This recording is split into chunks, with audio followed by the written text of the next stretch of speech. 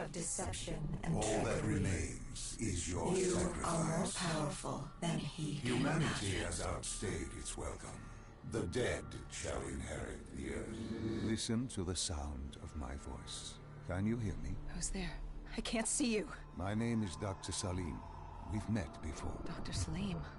Where am I? You have fallen between the world of the living and the dead. The void. I'm dead? No, I can't be dead. Deimos, I have to stop him. And you still can. I'll explain as we go. For now, you must trust me. Think back to Coalescence. The start of your journey. The beginning. The beginning.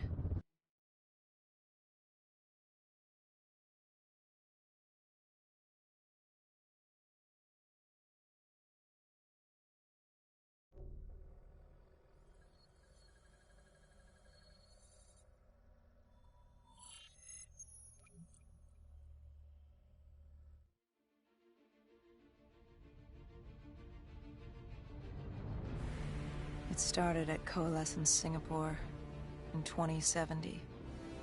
10 years after the disaster. After Virus 6115 began its spread. After the dead began to walk the Earth.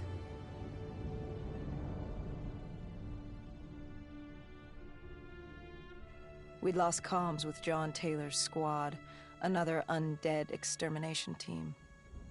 Dead killers, we were called. With our cybernetic augmentations, we were impossible to infect. We were trained to terminate the undead.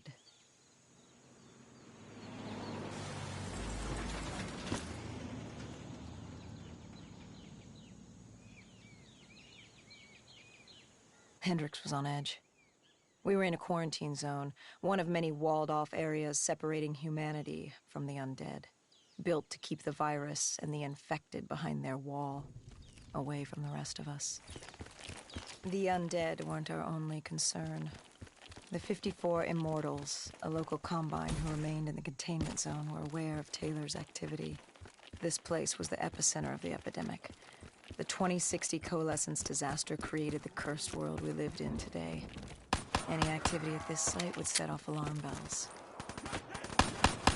Either way, our troubles were only just beginning.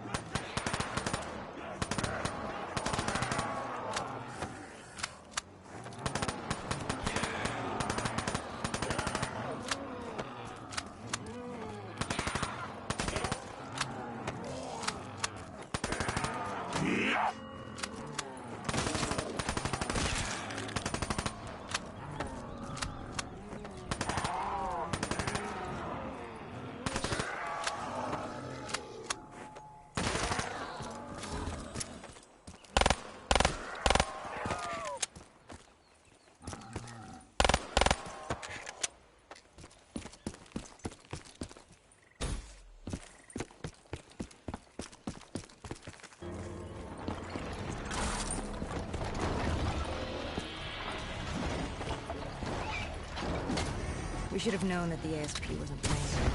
If we were going to bring it down, we'd need to disable his shield and find a rocket launcher. Hendricks had a bad feeling about this. He wasn't the only one. I knew we shouldn't be there.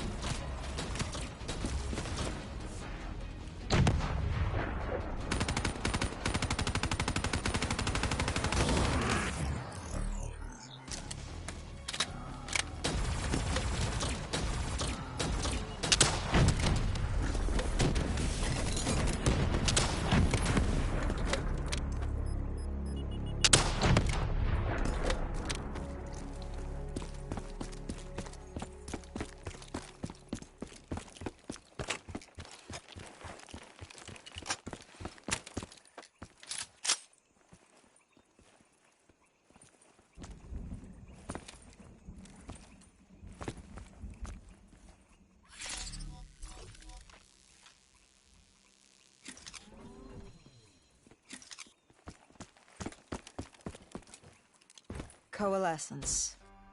Enhance yourself for a better tomorrow. They'd been the forefront of technology, always wanting to improve the individual, the future of you. What happened? What went wrong? The Coalescence disaster happened. Virus 6115 spread throughout Singapore and strains popped up all over the world.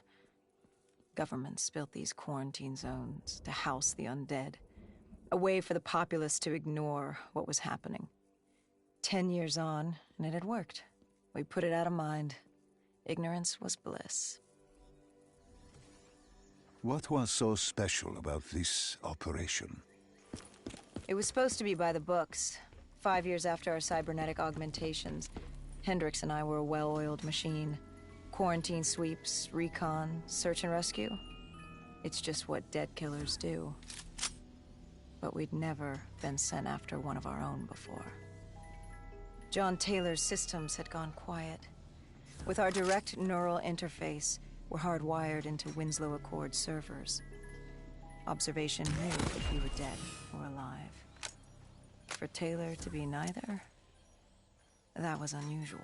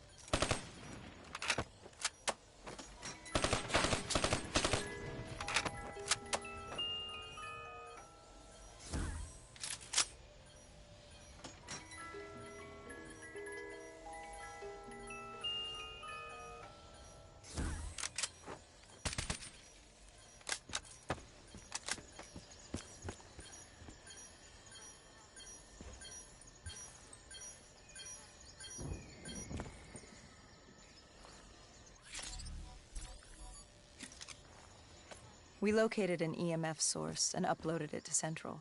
It was a 54 Immortal audio log, detailing unusual activity coming from the server room at the lowest level of the building. It couldn't have been more than a week old, probably why Taylor's team had been sent to investigate. Hendricks activated a recon drone to scan for life. We picked up a signal coming from far below. As we stood there in the atrium, I felt like Alice. And we were about to jump down the rabbit hole.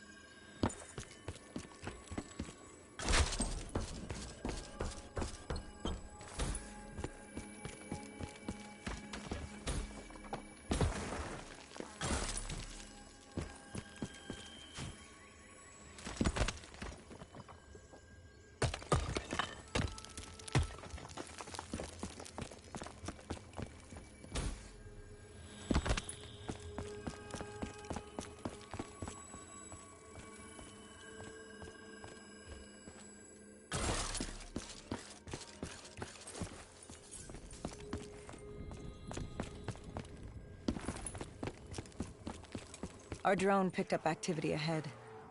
We should have known we weren't alone down here.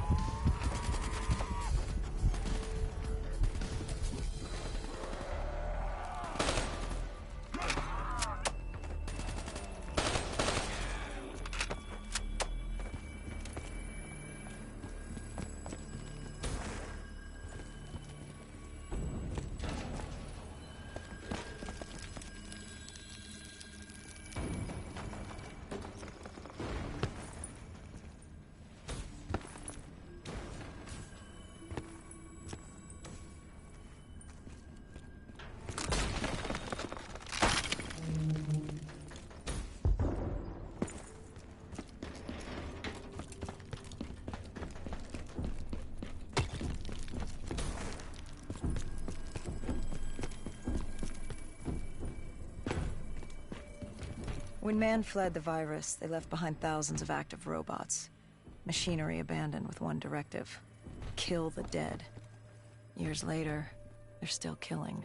But with decrepit programming, somehow humans had been added to their kill list, indistinguishable from our brainless counterparts. The strange behavior was observed in multiple quarantine zones. Another nuisance for us to deal with while on recon. We moved on.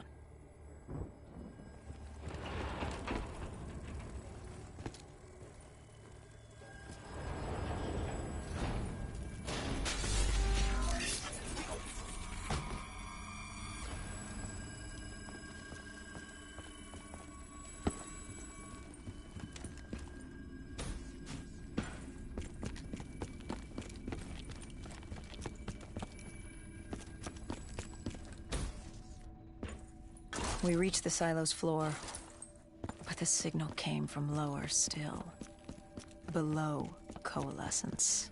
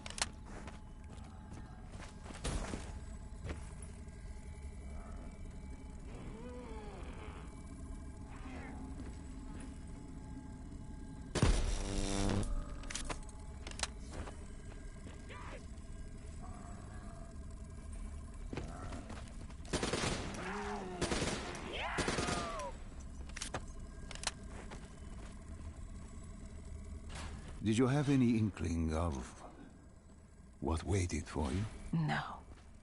In hindsight, we should have put it together. But the fact of the matter, that day was supposed to be like any other.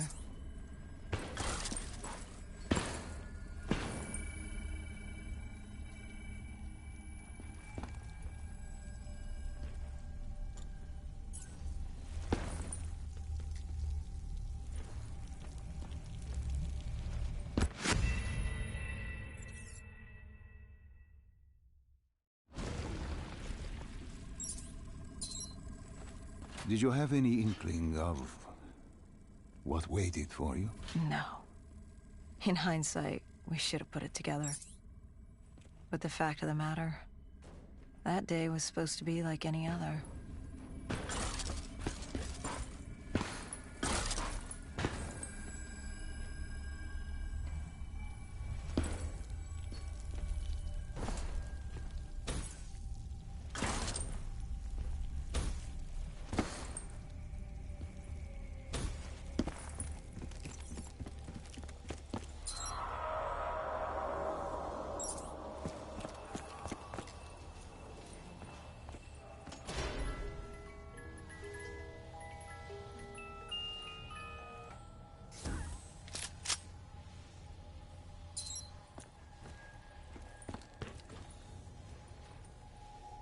What did you find below Coalescence?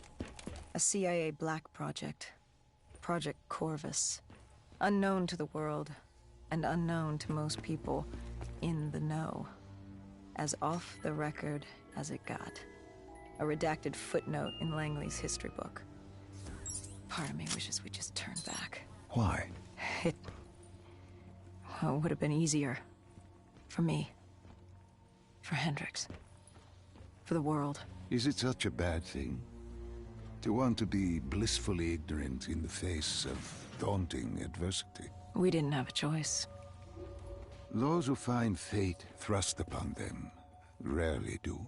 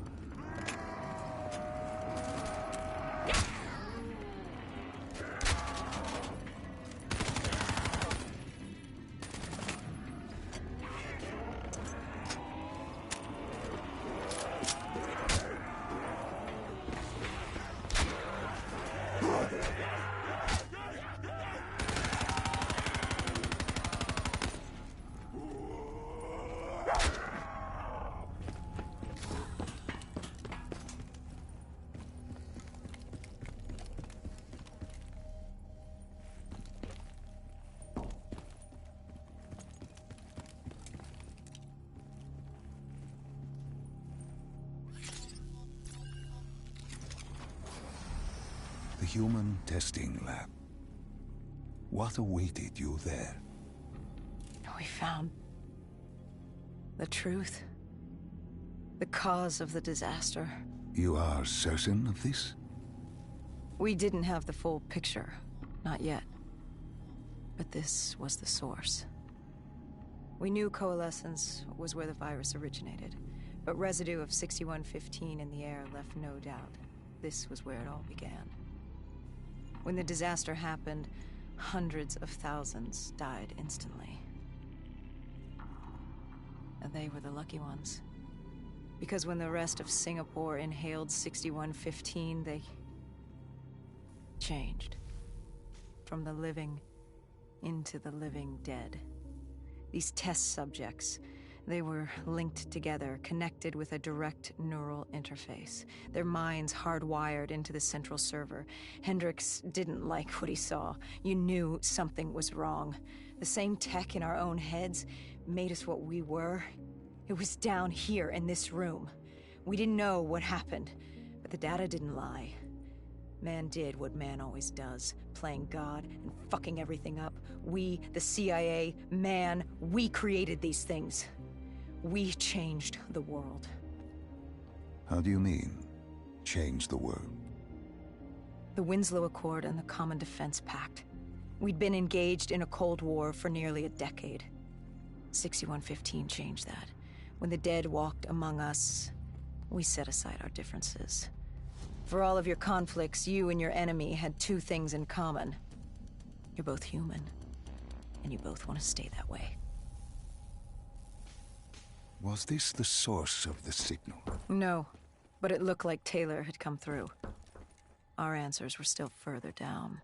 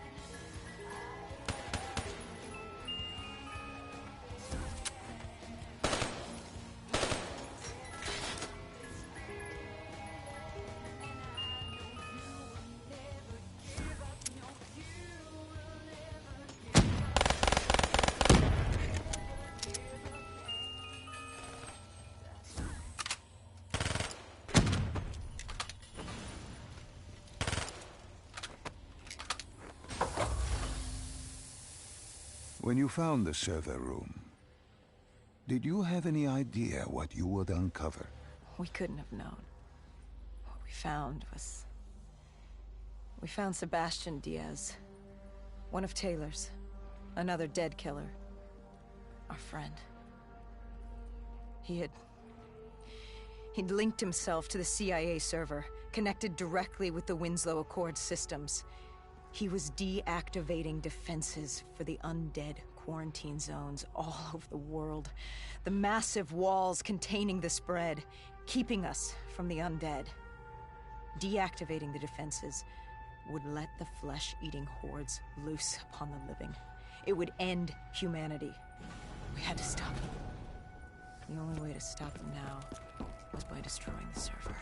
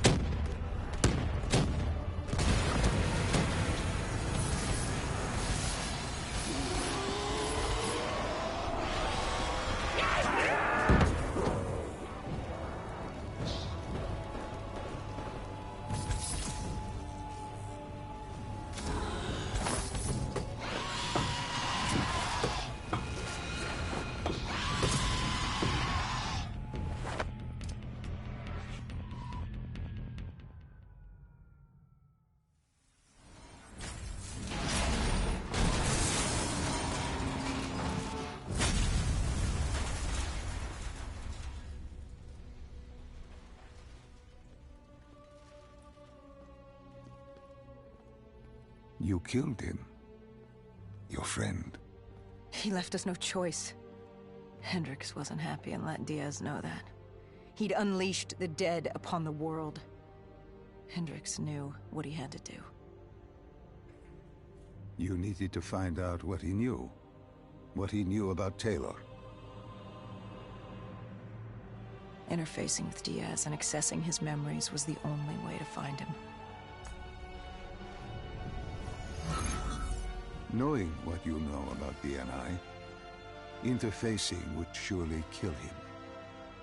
That didn't matter. We had to know. Had I known what it would do to Hendricks. From the interface, Hendricks learned Taylor was trying to get out of Singapore. There wouldn't be much time before we'd be too late. Tell me about the name. The name Hendricks learned. The name. Deimos. The demigod of dread and terror. Hendricks, myself, we had no idea what it meant, but Taylor's team was obsessed with it. But more importantly, we learned our arrival on site wasn't a secret. We had company. Goh Julan, leader of the 54 Immortals. The Winslow Accord had no quarrel with them. To their credit, they had no idea we were down there. Had they known... well, I'm not sure things would have gone any differently. The Immortals had worried for years about another outbreak. This was the final straw, and contamination was a risk they weren't willing to take. They blew the supports and let the ocean flood the building. We needed to haul ass and get the hell out of there.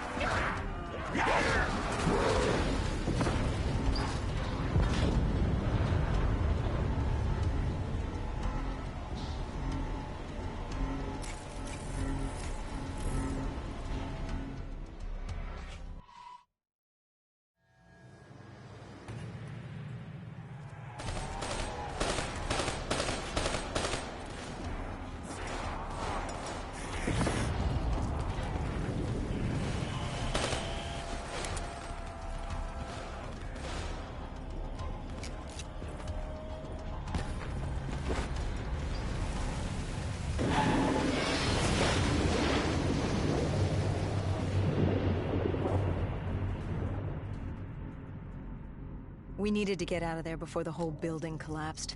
Hendricks had an idea. Flood the lab and let the water pressure jettison us out. Our lungs could take it. He just needed time to open the door.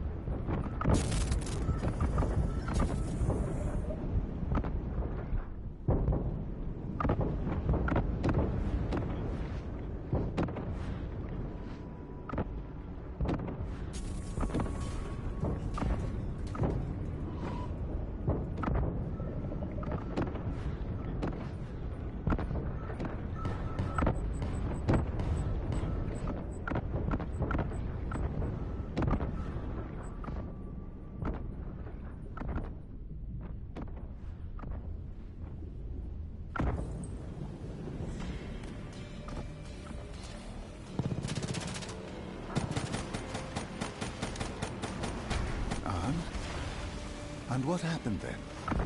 We got through it. We survived. Taylor's team was making their way out of Singapore. But we weren't giving up that easy. We still had a chance to catch up before the quarantine zone collapsed entirely. We couldn't make sense of what they'd done. Their motivations, their actions. There was no way to explain it. At least not yet. To figure that out, we needed them. And we also needed to get the hell out of Singapore. That was the day everything changed. That was the beginning.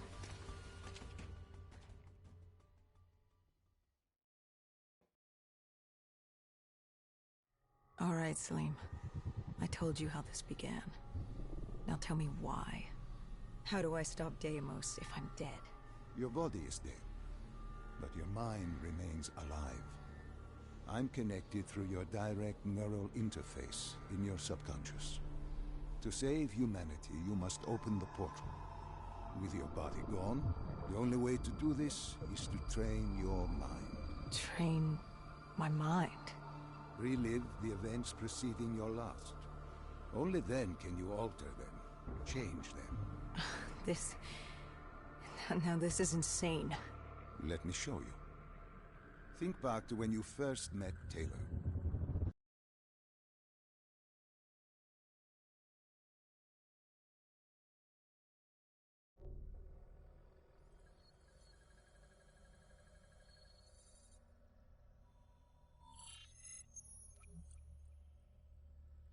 Think back to 2065.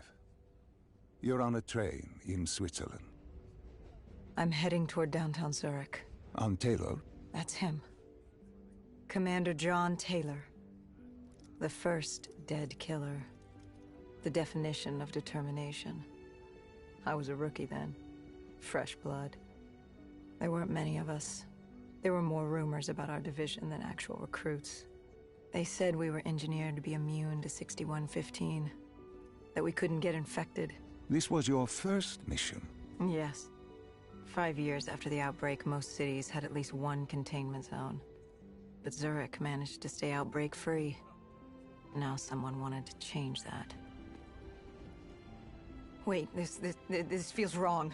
This can't be right. This can't be real. How are you doing this? I am not doing anything. This is your mind. I'm the passenger, you're the pilot. But tell me, do you remember the train exploding? No! Stop! Make it stop!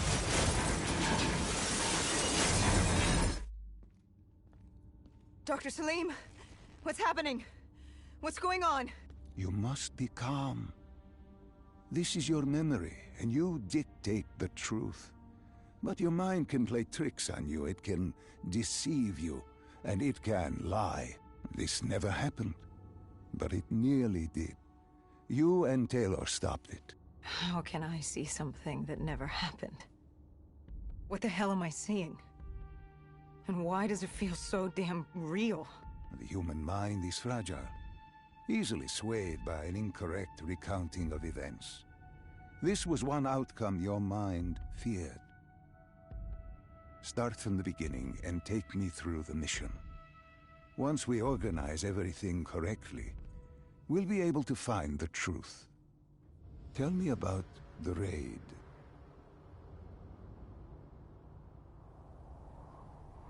The raid. There was a Catardist terrorist collective.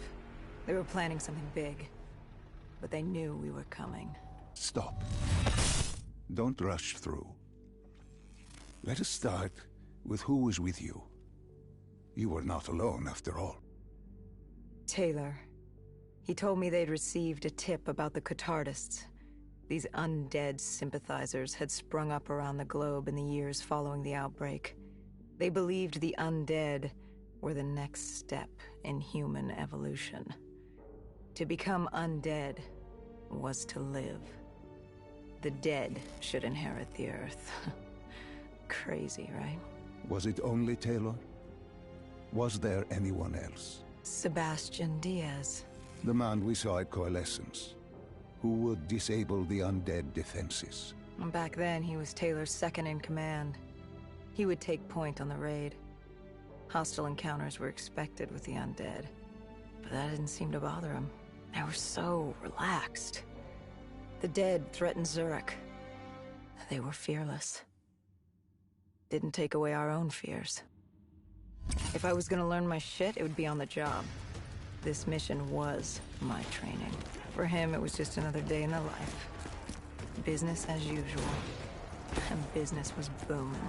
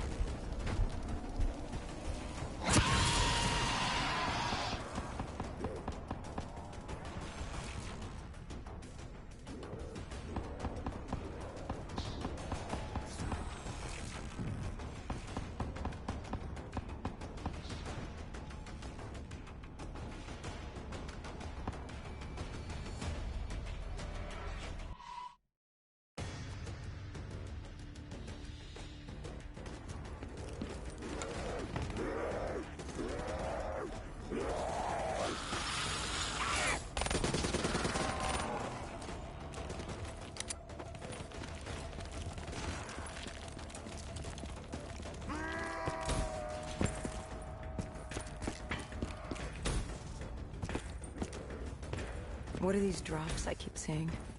I saw them in Coalescence too. It is your mind trying to help you through your memories. Weapons, abilities, powers. Use them or don't, but they may offer you a temporary advantage.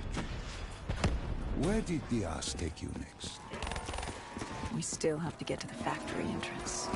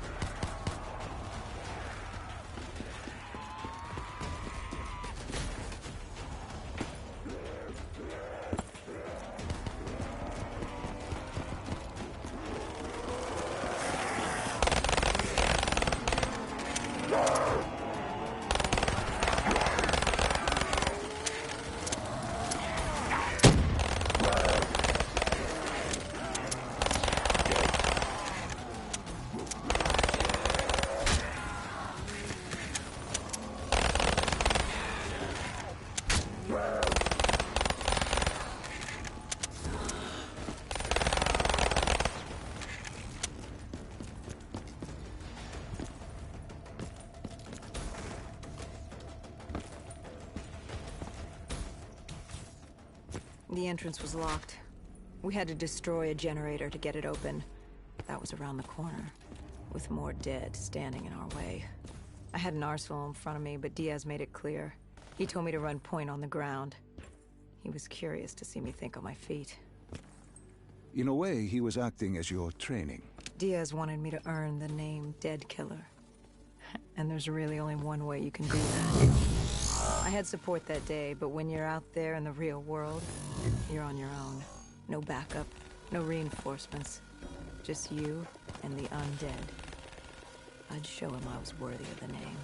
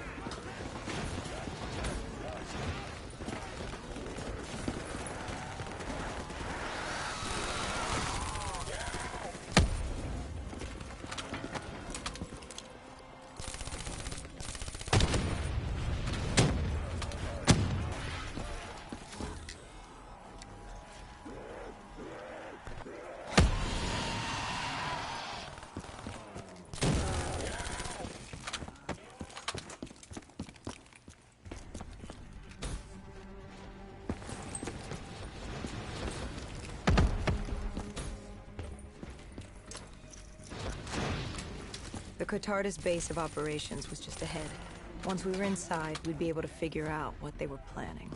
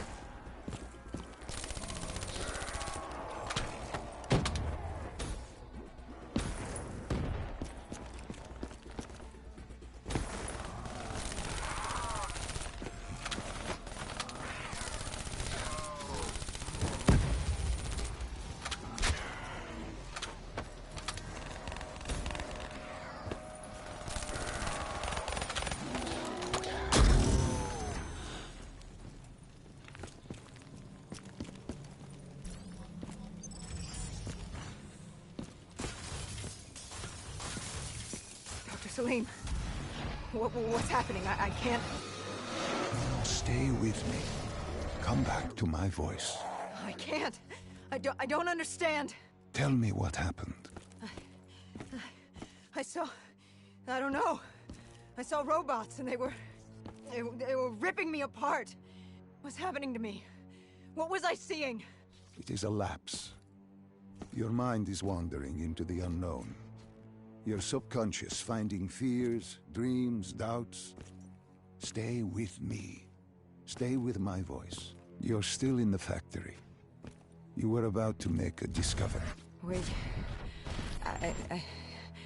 Yes, there was a console ahead, and Diaz told me to interface to get access to their network. We had to find out what they were planning. Had you ever extracted information with your DNI before? No. Nothing can really prepare you for it. The flood of data, endless streams of infinite information, it's instantaneous, and it's an eternity. What did it show you? The Cotardis had a contact, an inside man at Coalescence World Headquarters in Zurich. We had his address, ID number, security details, the last of which was most telling. He had extensive security clearance at Coalescence. Specifically, he had access to 6115. The virus. Then let us do just that. Let us find him. Take me to his apartment.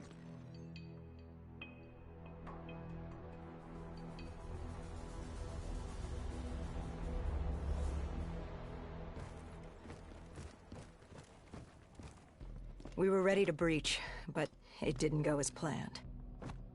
He was ready. I had to get after him. Our Mark was going to release 6115 into the surrounding area. Remember, walk before you run. You weren't alone. Who else was there? Taylor? Taylor. Yes, he discovered our Mark had just unleashed the virus into Old Town, turning civilians into the living dead. But Taylor didn't lead that day.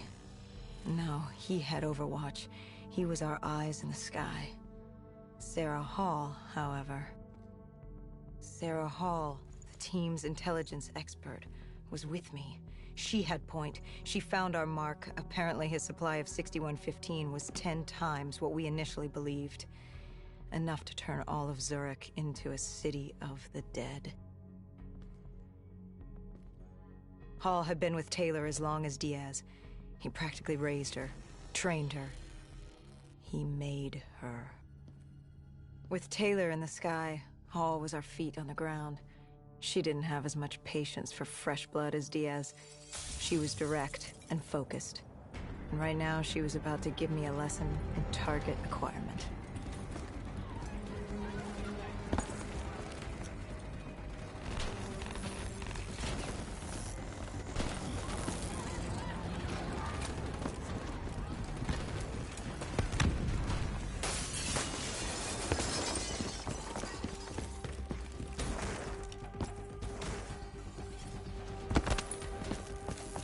This guy didn't mess around.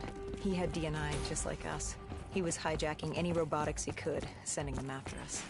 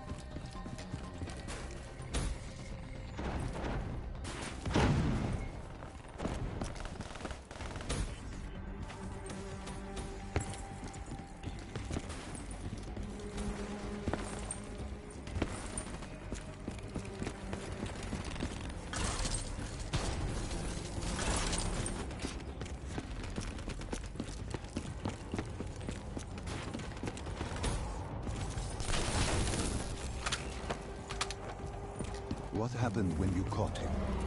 Our Mark was bleeding out after that fall through the ceiling. Time wasn't on our side, and we needed information. So what did you do? I would do what Hendricks did in Coalescence. I had to interface with him, extract the information from his memories. You make it sound cold. You would be diving into this man's mind. A dangerous task. A terminal task. I know, but you have to make it cold. Detach yourself from the person.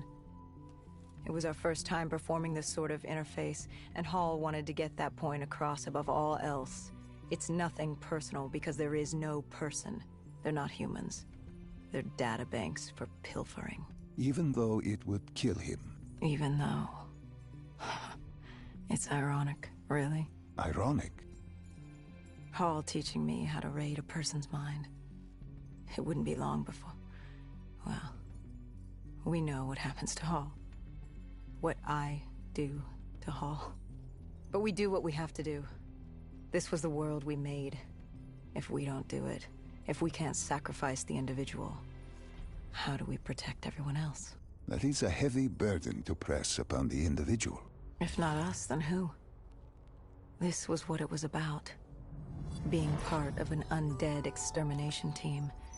Being a dead killer. It's about making that sacrifice. Making the ultimate sacrifice. What did you find? What secrets did your databank have to share? The Cotardus group had set up shop deep in the subways. Whatever they were planning, the answers were there. Information that would stop the bomb. Save millions of lives. The greater good. Yeah. The greater good. Taylor joined us. If we were going to move on the subway, we had to act fast. The attack, whatever it was imminent. And your mark? What happened to him after your interface? He was gone. Dead.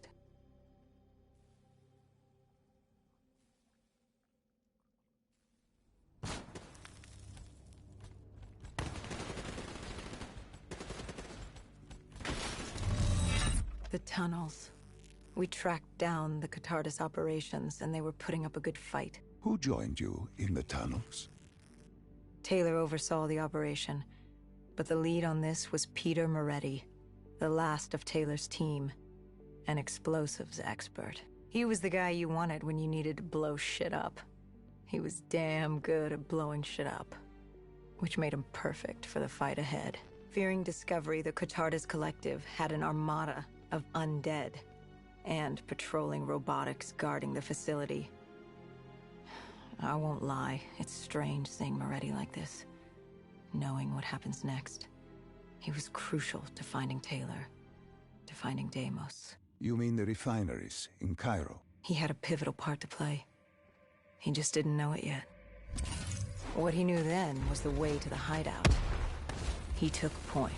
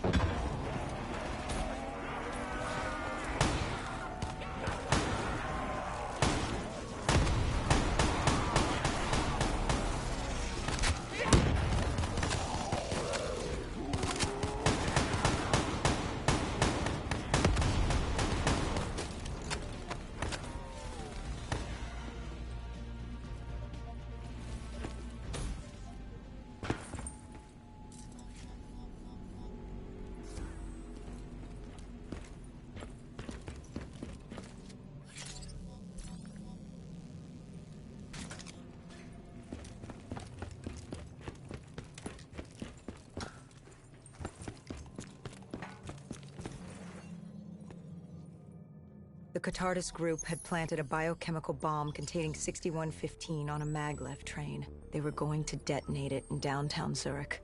Their plan was to turn the whole city as we feared. Taylor said there wasn't much time. But I'd done good. For all the on-the-job training I'd been through, I'd done all right for myself. All that was left was to find the train.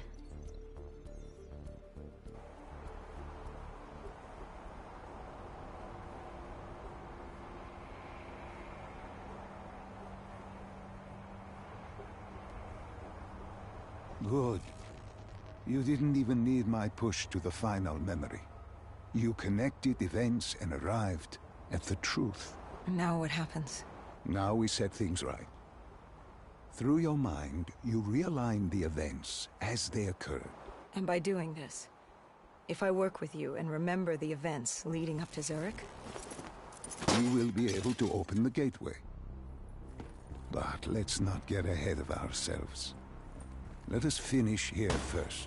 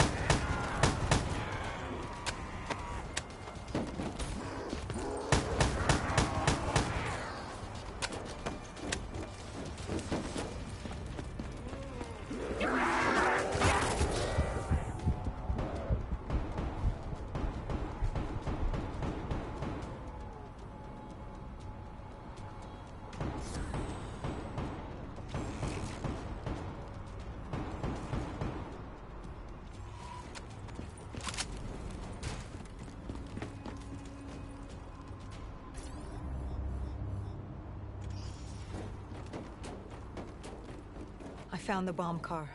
The whole thing was wired up, primed to blow. There wasn't time. I couldn't disarm it. So what did you do? Remember how we can't get infected? Some of the rumors about us were true. That's why I was there. Why we make the sacrifice. I used my cybernetic abilities to reverse the polarity of the train car and detach it. The car unleashed the gas, but safely outside the city. And you lived? I didn't know I'd make it at the time, but I turned out all right. It wasn't the last time I cheated death.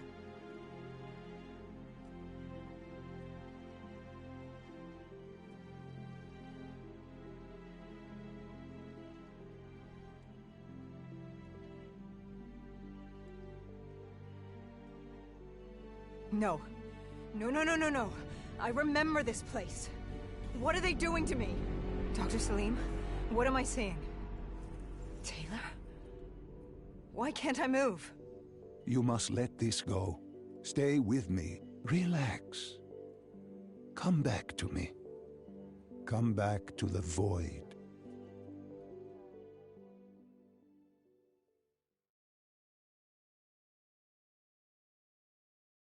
Can you hear me? Are you there? Yeah, I'm here. I'm back. I'm ready to continue. Good. Now that you've begun conditioning, let's return to 2070. After Coalescence collapsed. You were trapped in Singapore. With quarantine zones unlocked all over the world, we couldn't raise WA command. If we were going to escape, we had to improvise. We turned to the 54 Immortals. They were dangerous and unpredictable, but they were no enemy of ours. Hendricks trusted them?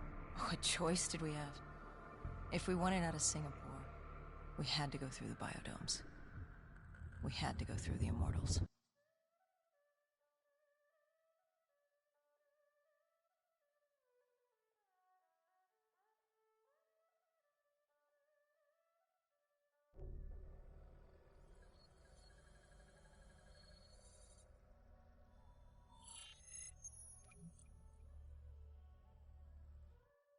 Getting in was easy. Getting out would be another matter entirely. At the time, the biodomes were the safest place to be. With the outbreak of 2060, the Immortals seized the marina and dug in. The biodomes were impenetrable. Dead-proof. Hendricks had a contact, Danny Lee. He was slimy as they come, but he could get us transport. Not only that, Taylor had beaten us out of the biodomes. And Danny claimed to know where he was heading. They had this information. Danny was convinced Gojulan had info on her central server. They were doing us a solid, really. But that didn't come cheap. They wanted food, water, weapons, reinforcements from the Winslow Accord. We agreed to their terms, with no idea if we could honor it. The Immortals were a people of their word, and quite efficient in punishing those who did not act the same. Danny was in a bad mood. The Immortals weren't exactly happy to see us. They knew our part in what had happened in Coalescence. Danny went so far as to accuse us of opening the containment zones ourselves. Hendricks persuaded him otherwise. But that didn't change how I felt. We were there. We had our chance to stop Diaz in the server room. You cannot blame yourself for what is out of your control. There were powers in play far greater than your own. Powers with far more control. You were a pawn in his game. You mean Deimos? Well, as it turns out, we weren't his only pawns in the room. How do you mean? You can get us a ride out? Sure, I'll give you that. But claiming to know where Taylor was? Know that saying, too good to be true? Something was wrong. There was something malevolent, malicious. I called Danny out. I wasn't too happy with that. But then again, we assumed he was just scared. The outbreak now occurring worldwide was unprecedented. We were all scared. Up till now, we'd become complacent. We got comfortable. The dead had stayed in their cage, and we kept pretending nothing had happened. Taylor and Diaz changed that. Pandemonium, riots, civil war, countries were already tearing themselves apart, in many cases before the dead even reached them. Danny wasn't scared. He was stalling. And it only took us another moment to find out why. The Ghost siblings. Danny set you up. No, no, no. This was different. It was their eyes. Hollow. Empty. Void of life. Like they could see right through me. They all had it. Just like Diaz. It was only later we found out all higher-ups in the Immortals were outfitted with D&I. Like us. If only we'd known the part our own technology would play. The thing about dead killers, though, there's always a plan B. We had a robot squad in place, ready if the situation took a turn. Gojulan bolted before our robots got her. She was headed for the server room in Cloud Mountain, the only place we could put in the call from transport. It became quickly apparent that uninvited guests had joined the party in the biodomes. The dead were flooding into this safe haven. It was about to become hell on Earth. We had to move. We had to get to Cloud Mountain.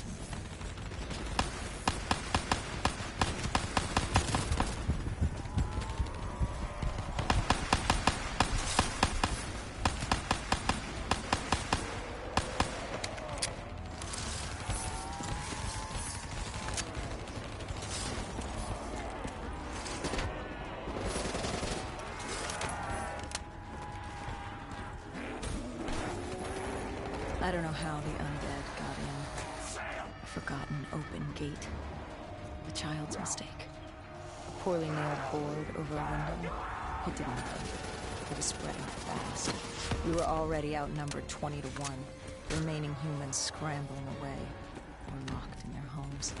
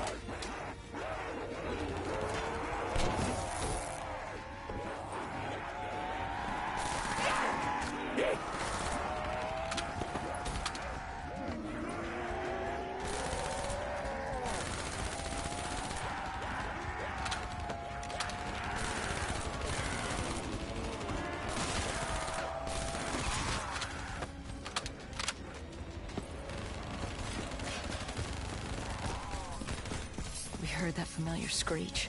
Parasites, mutated creatures born out of 6115 were flying towards us.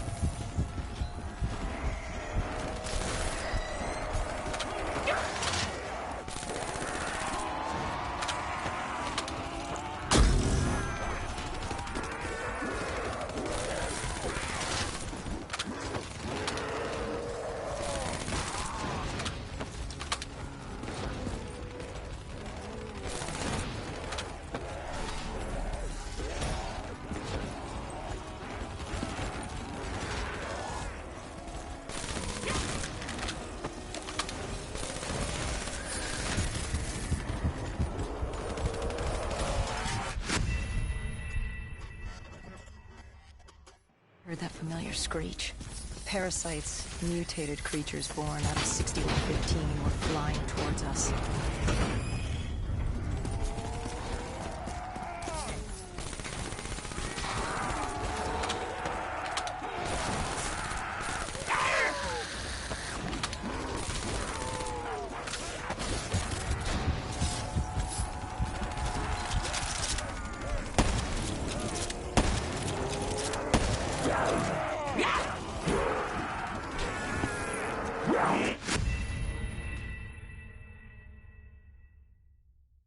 Heard that familiar screech?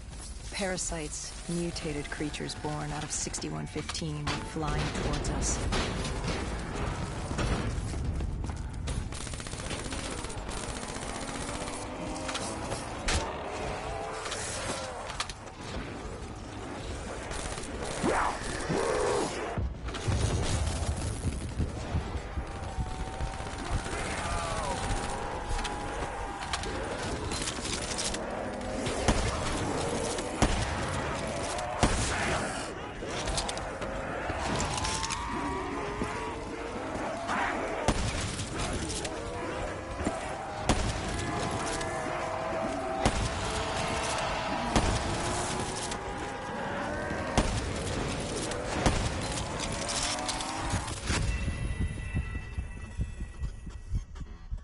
That familiar screech?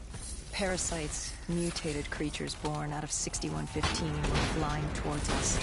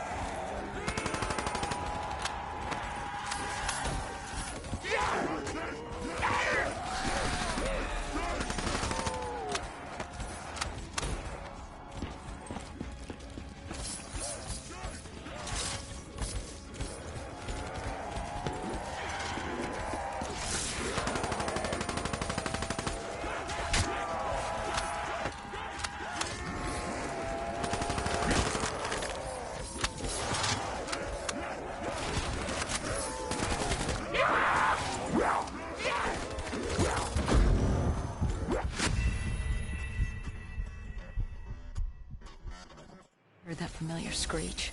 Parasites, mutated creatures born out of 6115 were flying towards us.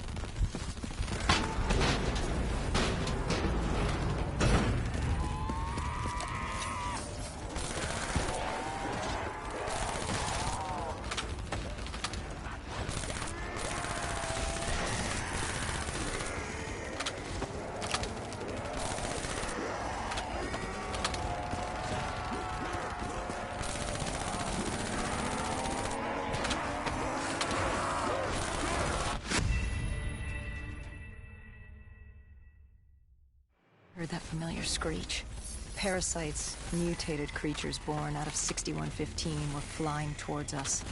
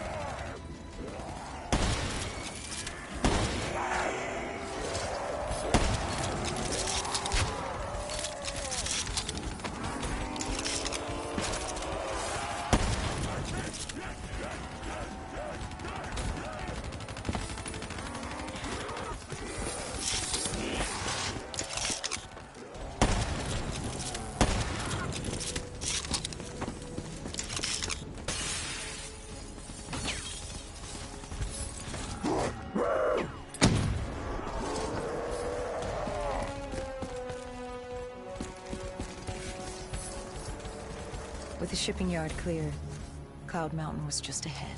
The server room at the top. We had a long climb ahead of us.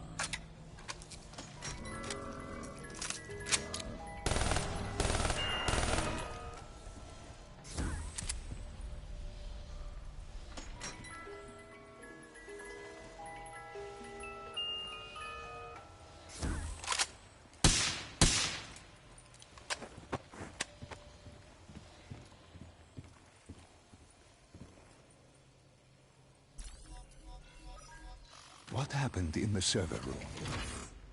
By the time we got there, Gojulan encrypted her hardware, locking us out of the central server. Hendricks stepped in, but we were a few seconds too late. Damage was done. Why did she lock you out? It didn't make any sense. Sure, we weren't on the best of terms, but this wasn't her. Something else made her do it. Something was controlling her. The encryption used a biometric hand scan. Hendricks tried to unlock it. But the Go siblings were smart. They'd set up an access system requiring both of their hands for authorization. And her brother was shredded with bullets back in the bar. We could hear the horde coming, and we only had one sibling. But she did have two hands. You chose to cut off her hand. Why? I hoped the biometrics were interchangeable, allowing the siblings to use either reader. If we were calling transport and getting out alive, it had to work. Lucky for us, it did. Hendricks interfaced with the system. He was able to raise WA command. We needed a ride out ASAP. They had a VTOL a few minutes out. Rendezvous was set for the top of the dome. But Hendricks wanted to know what Gojulan had on Taylor.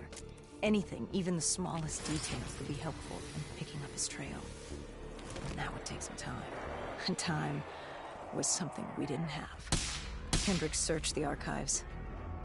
I dealt with the incoming horde.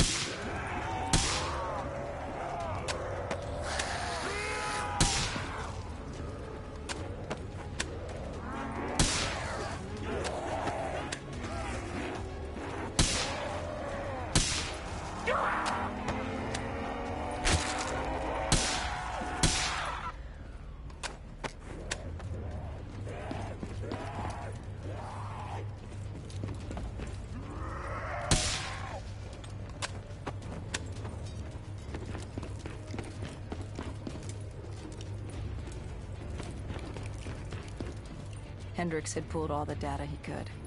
I hoped it was enough. Our pickup was in position. It's time to get the hell out of here.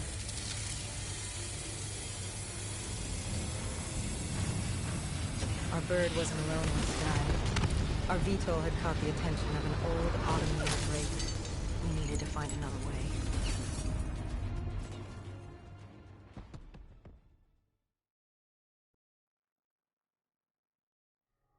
This wraith telling you. It was like the malfunctioning robots you found in different quarantine zones. The kind targeting anything and everything as an enemy. Just like that. Except on a much larger, more deadly scale. And this one was very interested in us. Command had an exit route. Extraction set beyond the swamps. If we crossed the super trees, there were shipping docks where we could commandeer an airboat. It's easier said than done.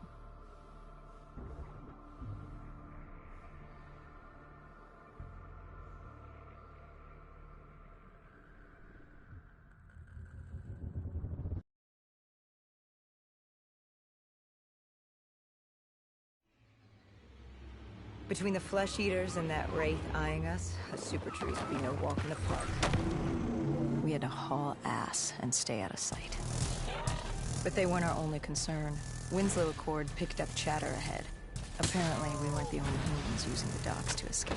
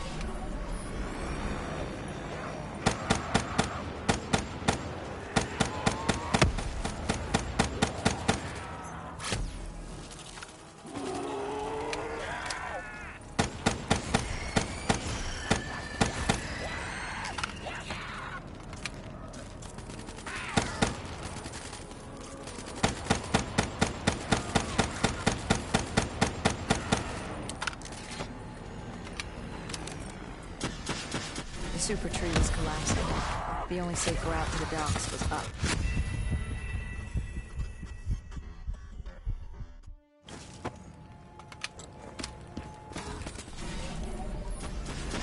The super tree was collapsing. The only safe route to the docks was up.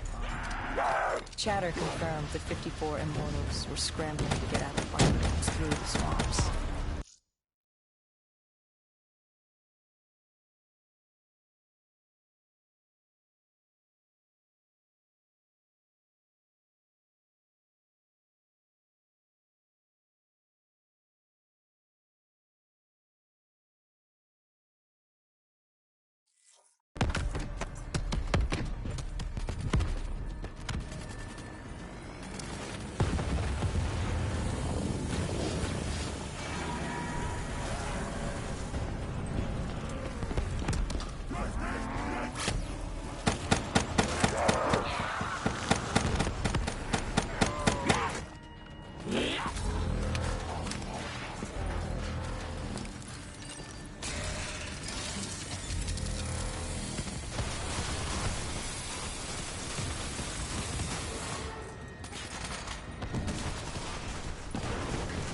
From the sound of it,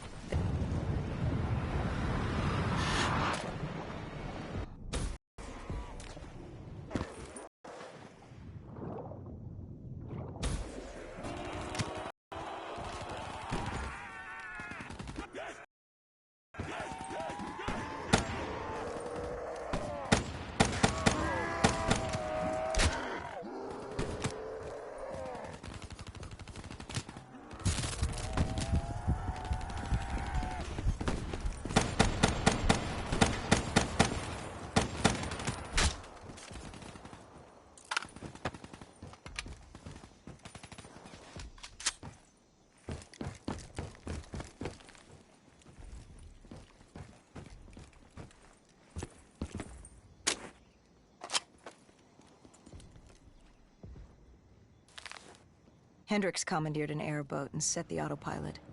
We had undead on our ass, and more 54I ahead. And that rogue Wraith wasn't done with us yet.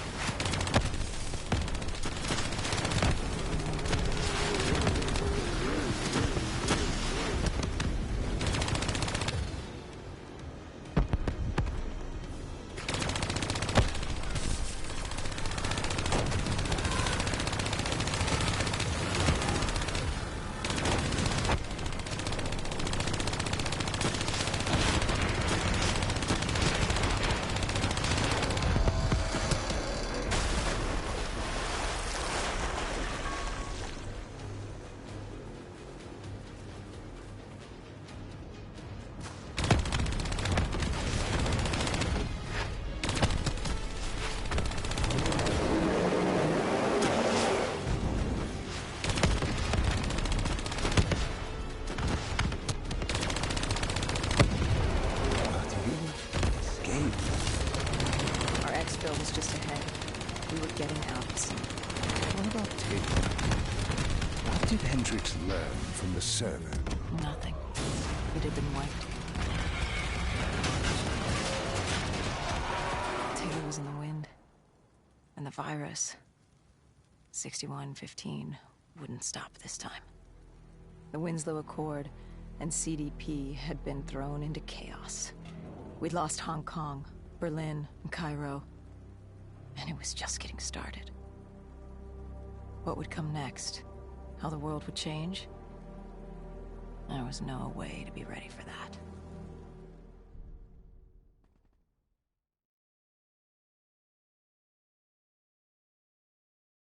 "5 years. 5 long, dark years. Opening the quarantine zones did exactly as we feared. And by 2075, what was a contained situation gave way to anarchy. Humanity's numbers had been reduced to a few hundred mil scattered across the globe. The undead had risen to 7 billion. Taylor was in the wind, a faded reminder of our inability to stop Armageddon. There was still a Winslow Accord kill-on-sight ordinance in place, but he was a distant memory. Until the aquifers. We were on a routine bombing run outside Cairo.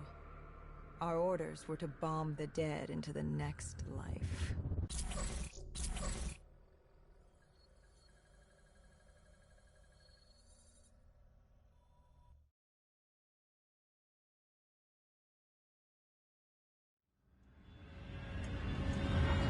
Our target was a Catardus colony. They'd taken over a refinery.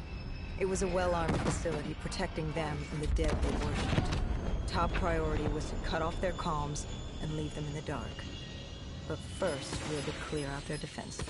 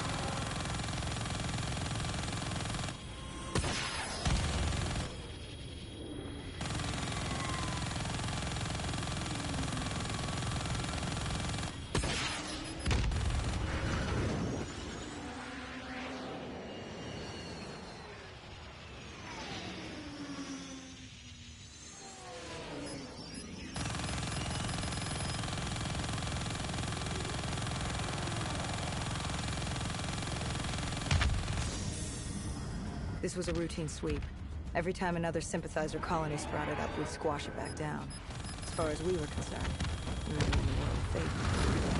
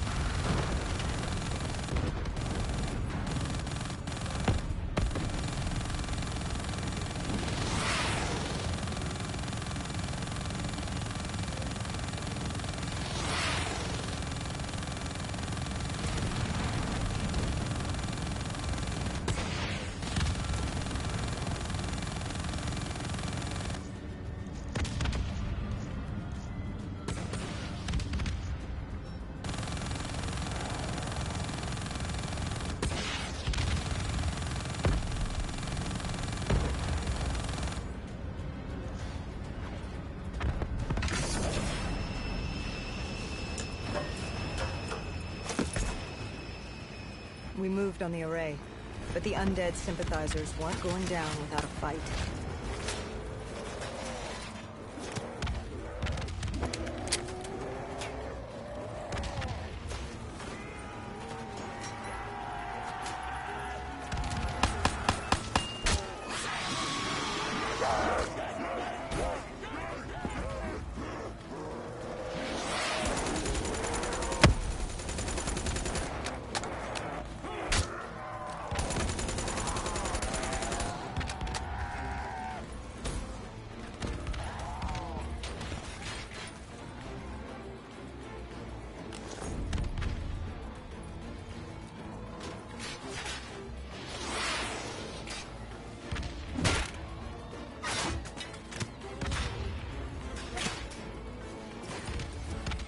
Disabling the comms would take some time. Our support detail dealt with that. I dealt with reinforcements.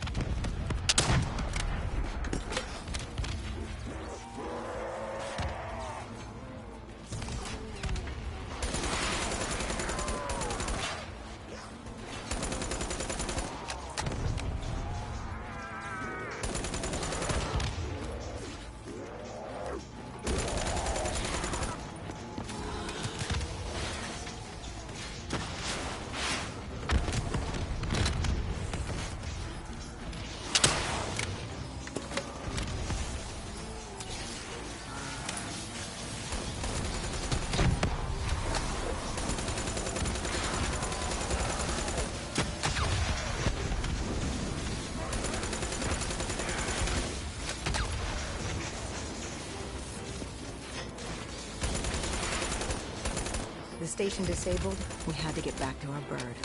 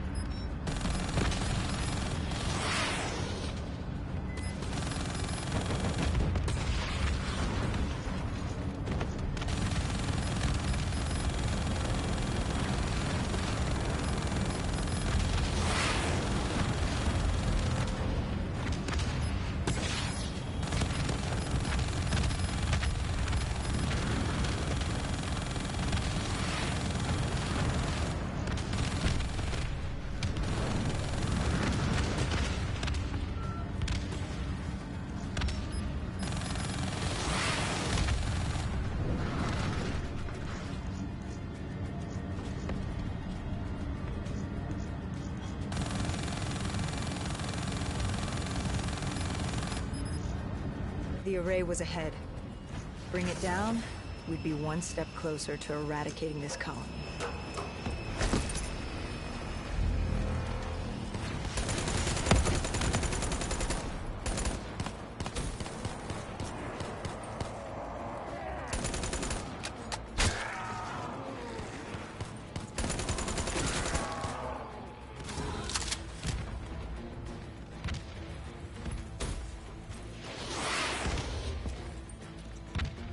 Our support detail needed a few moments to disable the array. Lucky for me, I had more hostiles to keep me occupied.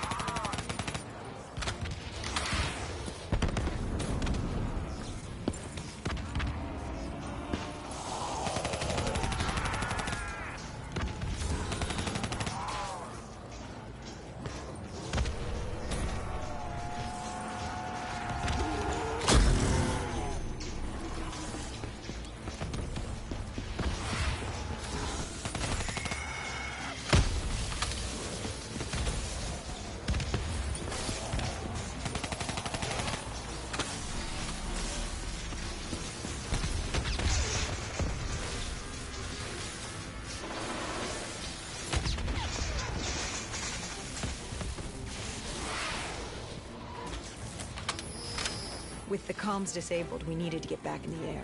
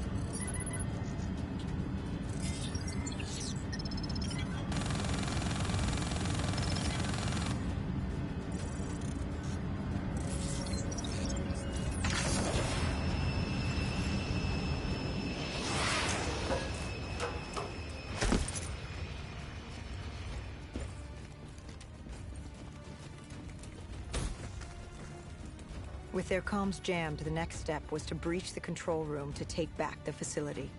There was access ahead. I just needed to get through the flooded room in front of me. Our support detail insisted on coming with. When you were swimming, something went wrong. Our DNI... There was a malfunction. What did you see? I saw... I was drowning. I thought I heard... This is not your time. Get back up. Do not trust him. Everything is not what it seems. What did you hear? Nothing. I couldn't make it out. Get up. Then I woke up. Someone pulled me out of the water. Someone saved me. Saved you? A guardian angel. Someone watching over me. My support detail. She got through somehow, and pulled me out. She brought me back from the brink. She said it wasn't my time. My work wasn't done. I had to stop Taylor. I don't know how she knew. It didn't make any sense. Did you know her? This woman? No. I'd never worked with her before today. And yet she knew about Taylor. She knew about what happened. And you're sure she was there? What? Why? You think I made her up? You yourself said your DNI systems were malfunctioning. What? You gonna tell me I'm crazy next? I know what I saw. I did not make her up. I didn't fucking imagine her. Did she have a name? Of course she had a fucking name. The Guardian Angel. She said her name was Kane. She told me she'd help me get through this. She said we had to move. Control was beyond a server room ahead. If we were going to take the refinery from these dead sympathizers, we needed to clear it out. If we couldn't, we would be on to Plan B. Plan B? Plan bomb this shithole to hell.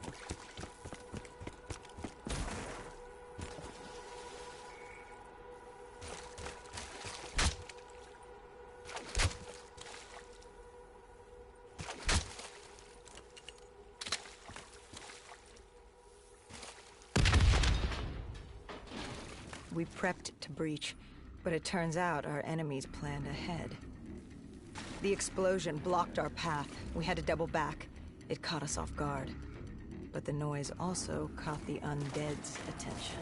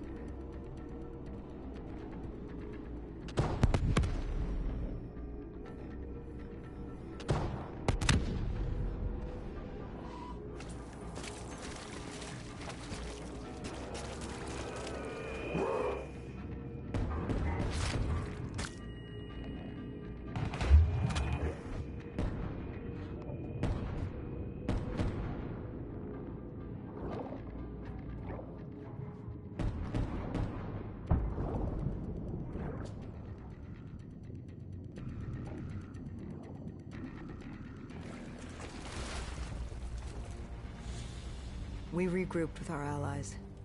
That's Egyptian Army Lieutenant Ziad Khalil, friend of ours. He was durable, seasoned. He defended his home through undead wars. He wouldn't go down without a fight. What was the plan? Khalil would move on control from the exterior. I'd sweep the dead from the air. Our guardian angel accompanied me. She told me the answer to finding Taylor was on this refinery. Why she thought that. How she knew that.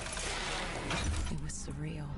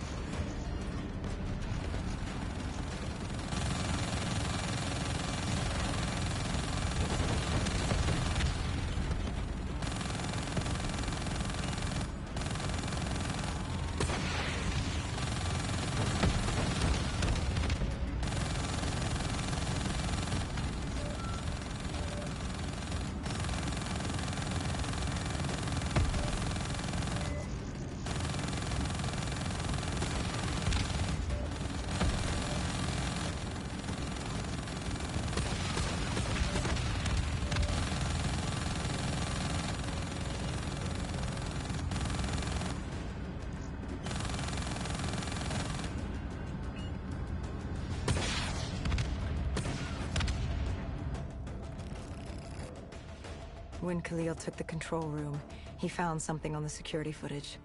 Something we needed to see. Taylor. Like seeing a ghost. We just stumbled upon him. This wasn't just a Cotardis colony. This was Taylor's hideout. They were already evacuating Taylor. We locked down the facility, separating Taylor and his associate, Moretti. Who did you go after? It was too late for Taylor. The Cotardis put him on a VTOL. We'd go after Moretti. Command informed us the kill order was still active. Hendricks didn't like that, but it wasn't his call. How did you feel about it? 5 years. 5 years after our fuck-up, and we could fix it. I'd gladly take a shot.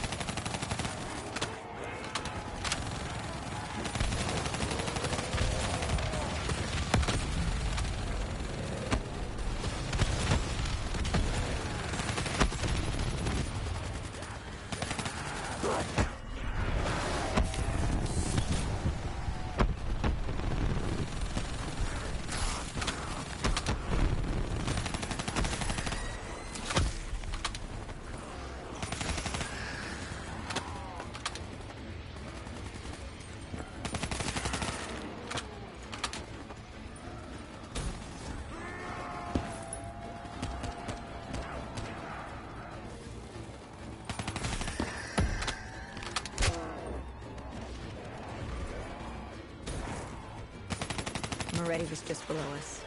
If we were gonna get him, we'd need to take a shortcut. Shortcut? A leap of faith.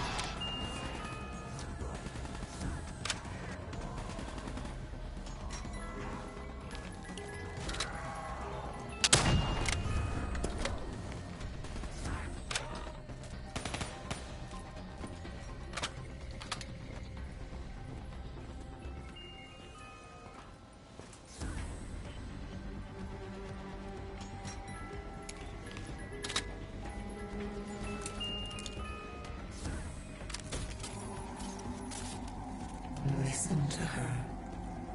Trust her. Find Taylor.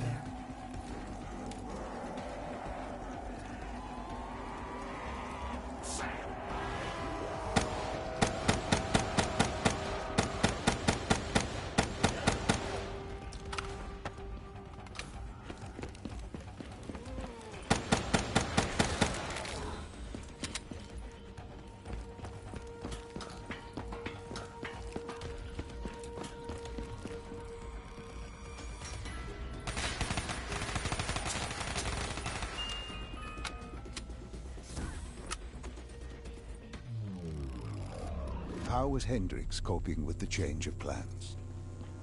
He was upset. And why wouldn't he be? Command wanted our friends dead. He wanted to bring Moretti in alive. But that wasn't all, was it? No, Hendricks had been different since Singapore. In what way? Every way. Aggressive, angry. He was losing perspective. And something was just off. I should have known what happened. How could you have known? Even if you had, what could you have done? You seem so certain of his intentions.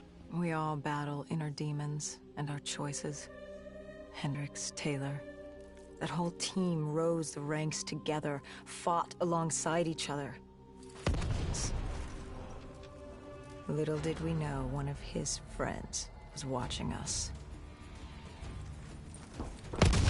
Moretti had locked himself in the security room.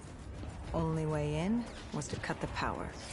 To do that, we had to overload the generators.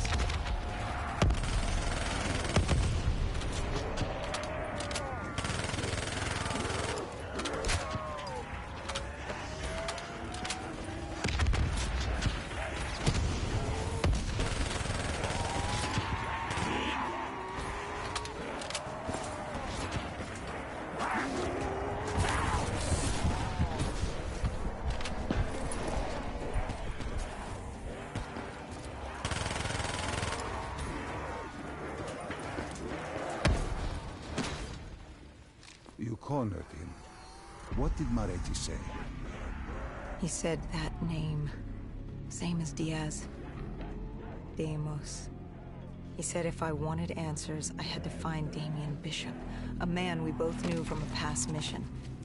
Bishop could help stop Deimos. But first, I had to kill him. He kept saying, "This isn't me. This isn't me." He kept saying Deimos made him do it. So I granted his last request.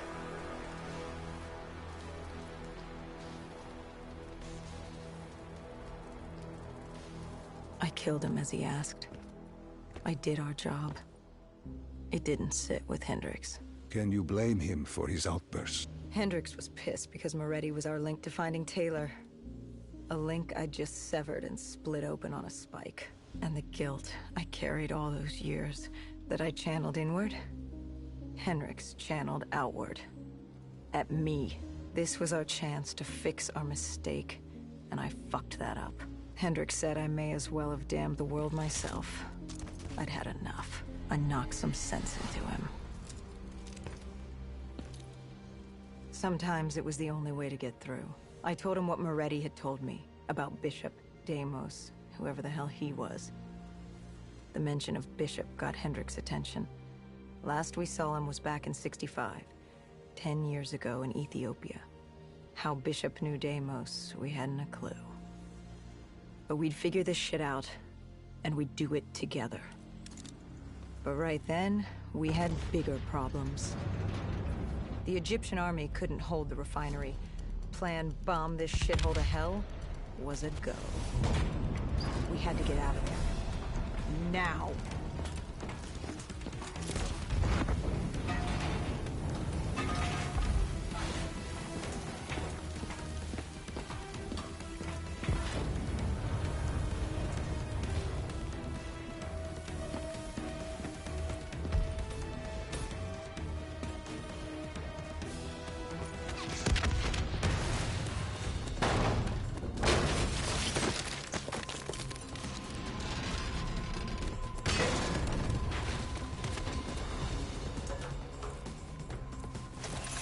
We lost Taylor, but we had a lead. Moretti said Bishop could help us find Deimos, which meant he was our next stop.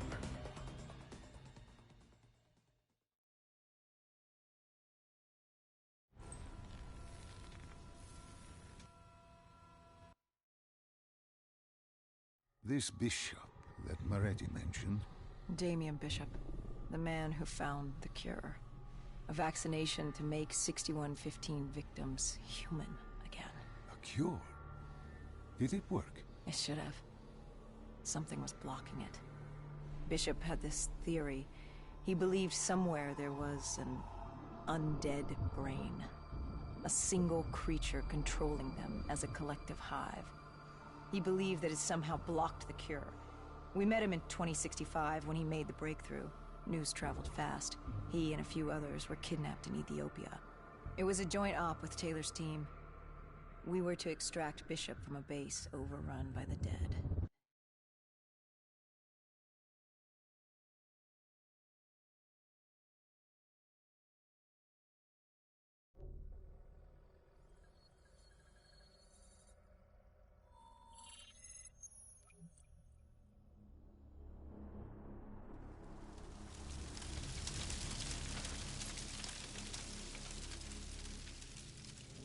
With the dead crawling all over, we needed a distraction. Something to keep the flesh eaters occupied so we could grab Bishop.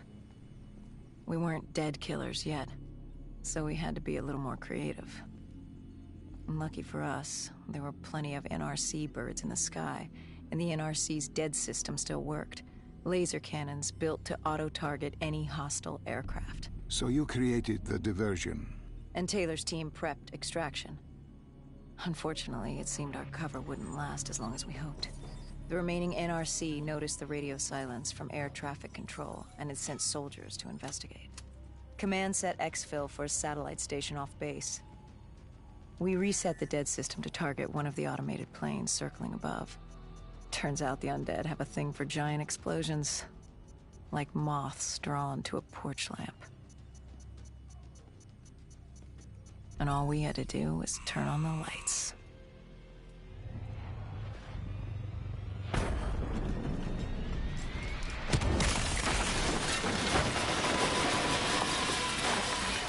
Unfortunately, we couldn't exactly control the landing.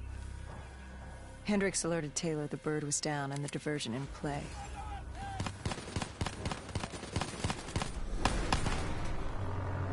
We took out the NRC and moved. Bishop was being held underground in the security station across the tarmac.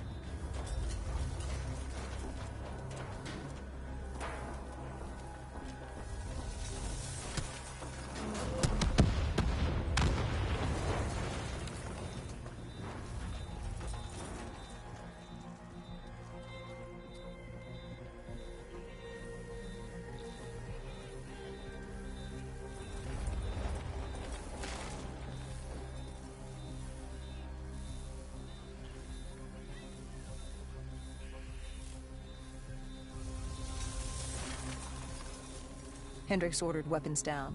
The base was crawling with NRC soldiers and undead. No need to draw any more attention to ourselves. We crossed the tarmac. The tunnel ahead led to the security station.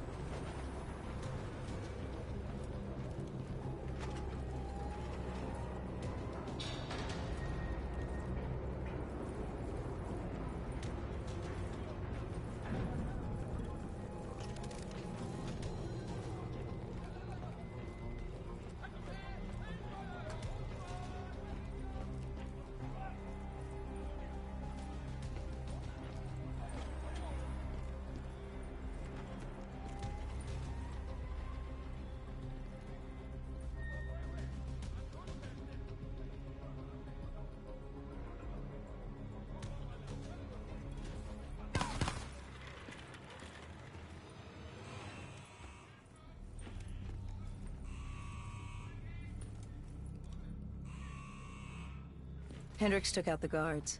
I hacked into the system to find Bishop. Why were there NRC still at the base? It was being overrun. They needed the cure. They kidnapped Bishop's whole team and would do whatever it took to get their hands on it. They'd torture these researchers till the dead broke down the door and ripped them all to shreds if it meant they could save their people. It wasn't personal. It was self-preservation. With the secret out about Bishop's discovery, he'd become the most wanted man in the world. The NRC were just the first to grab him. It was every country for itself. Why do you think we were there? The Winslow Accord wanted the same thing the NRC did. You can't rationalize anything when you're put up against the wall. Nothing about this was rational. It was instinctual, animalistic, survival.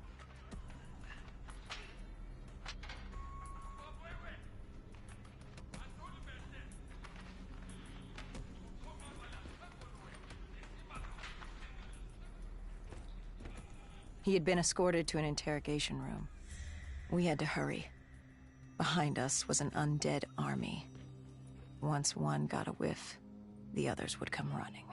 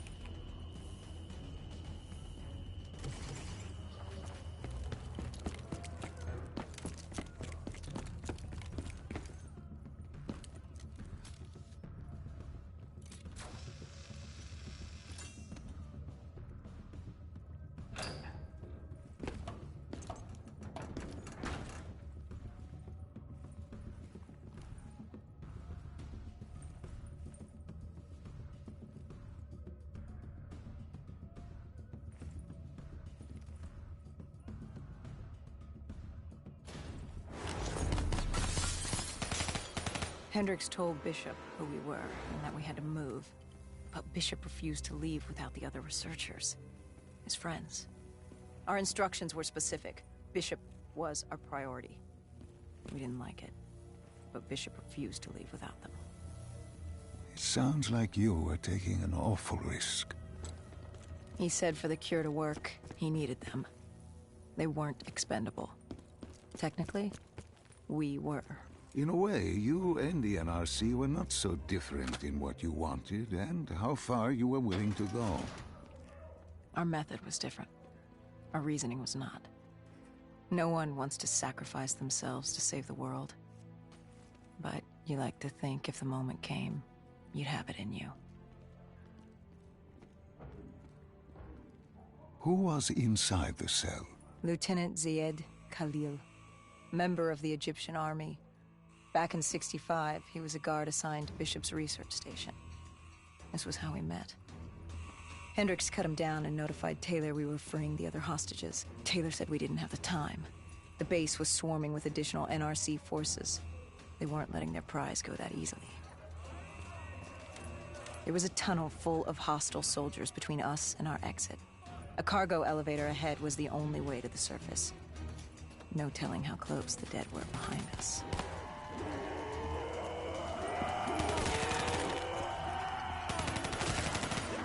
Yeah.